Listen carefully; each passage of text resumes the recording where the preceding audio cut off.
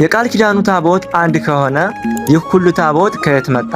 ሁለተኛ ታቦት በማርያምና በሌሎች ቅዱሳን ስም ለምን ይሰየማል? ጸጋና ሰላም ይብዛላችሁ ክርስቲያኖች። ይህ ድምጽ ከደረሳችሁ ሪፖርት የሚያደርጉ ወገኖች ስላሉ ምናልባት ካላወረዱት ማለት ነው ለሁሉም ሰው ሼር ኮፒ ሊንክ እያደረጋችሁ አድርሱ፣ ለሁሉም ሰው መልስ እንዲሆን ማለት ነው። ጥያቄው የመጣው ከፕሮቴስታንት ወገኖች ይመስላል። ምክንያቱም ይህ ሁሉ እንጨት እና በሌሎች ሰዎች ስም ለምን ታቦት ይቀርጻል ብሎ ነው ጥያቄ የጠየቀው። እና ጥያቄ ስትጠይቁ አስተካክላችሁ ስርዓት ባለው መንገድ ብትጠይቁ ለእናንተም መልካም ይሆናል ለማለት ነው። እሺ ወደ መጀመሪያው ጥያቄ ስንሄድ የቃል ኪዳኑ ታቦት አንድ ከሆነ ይህ ሁሉ ታቦት ከየት መጣ የሚለው ነው። አጭር ምሳሌ ልስጣችሁ። መጽሐፍ ቅዱስ አንድ ነው፣ ግን እንዴት በዛ ሁሉ መጽሐፍ ቅዱስ በዓለም ላይ መጽሐፍ ቅዱስ አንድ ነው። በቃ መልሱ እዚሁ ላይ አለ። ሰዎች በዙና መጽሐፍ ቅዱሱ በዛ። የመጀመሪያው ማለት ነው የብሉይ ኪዳኑ ታቦት ላይ 10ቱ ቃላት 10ቱ ትእዛዛት የተጻፈበት ነው ጽላቱ። በአዲስ ኪዳን ደግሞ አልፋና ኦሜጋ ኢየሱስ ክርስቶስ የሚል ነው የተጻፈበት ማለት ነው። ስለዚህ ታቦት የእግዚአብሔር ማደሪያ በቃ ሌላ እኮ ምንም ነገር የለው። አሁን ጠያቂው የተሳደበ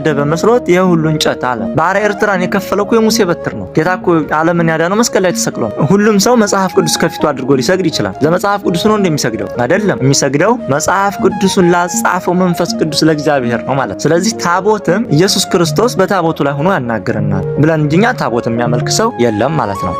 ስለዚህ የአዲስ ኪዳኑ ታቦት ላይ አልፋና ኦሜጋ ኢየሱስ ክርስቶስ የሚል ጽሑፍ ነው የተጻፈበት። በዛ ላይ የበጉ ስጋና ደም ይፈተትበታል። የበጉ የኢየሱስ ክርስቶስ ስጋና ደም ቅዱስ ስጋው ክቡር ደሙ ይፈተትበታል ማለት ነው። ስለዚህ መጽሐፍ ቅዱስ አንድ ሆኖ ሳለ ግን ለአገልግሎት እንዲመች በዓለም ላይ እንደዚህ ሁሉ እንደበዛ ታቦትም ሰዎች በዙና አገልግሎት በዛና በየአቅራቢያው ባለው ደብር ሁሉ ታቦት ይቀረጻል ማለት ነው። ወደ ሁለተኛው ስንሄድ በቅዱሳን ስም ለምን ይሰየማል የሚለው ነው። የቅድስት ድንግል ማርያም ታቦት፣ የተክለ ሃይማኖት ታቦት፣ የቅዱስ ጊዮርጊስ ታቦት እየተባለ ለምን ይሰየማል ነው። በቅዱሳን ስም ለምን ይሰየማል፣ በቅዱሳን ስም ለምን ይቀረጻል የሚለው ነው።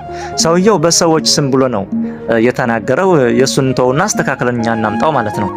ይህንንም ያዘዘው እግዚአብሔር ነው። በትንቢተ ኢሳይያስ ምዕራፍ 56 ከቁጥር 4 ጀምሮ እንዲህ ተብሎ ተጽፏል። እግዚአብሔር እንዲህ ይላል፣ ሰንበቴን ስለሚጠብቁ ደስ የሚያሰኘኝንም ነገር ስለሚመርጡ ቃል ኪዳኔንም ስለሚይዙ ጃንደረባዎች እንዲህ ይላልና በቤቴና በቅጥሬ ውስጥ ከወንዶችና ከሴቶች ልጆች ይልቅ የሚበልጥ መታሰቢያና ስም እሰጣቸዋለሁ፣ የማይጠፋም የዘላለም ስም እሰጣቸዋለሁ ይላል። ስለ ስሜ ራሳቸውን ጃንደረባ ያደረጉ ስለኔ አስተውሉ። ምንድነው የሚለው? ሰንበቴን ስለሚጠብቁ ደስ የሚያሰኘኝንም ነገር ስለሚመርጡ ቃል ኪዳኔንም ስለሚይዙ ነው እያለ ያለው ማለት ነው። የማይጠፋ የዘላለም ስም እሰጣቸዋለሁ። እንደነ ቅዱስ እስጢፋኖስ ለክርስቶስ ሲል በድንጋይ ተወግሮ መገደል፣ እንደነ ቶማስ ዘመርዓስ ለጌታችን ለኢየሱስ ክርስቶስ ፍቅር ሲሉ በሰይፍ እጅ እግራቸውን የሚቆራረጡ፣ እንደ ቅዱስ ጊዮርጊስ በመንኮራኩር የሚፈጭ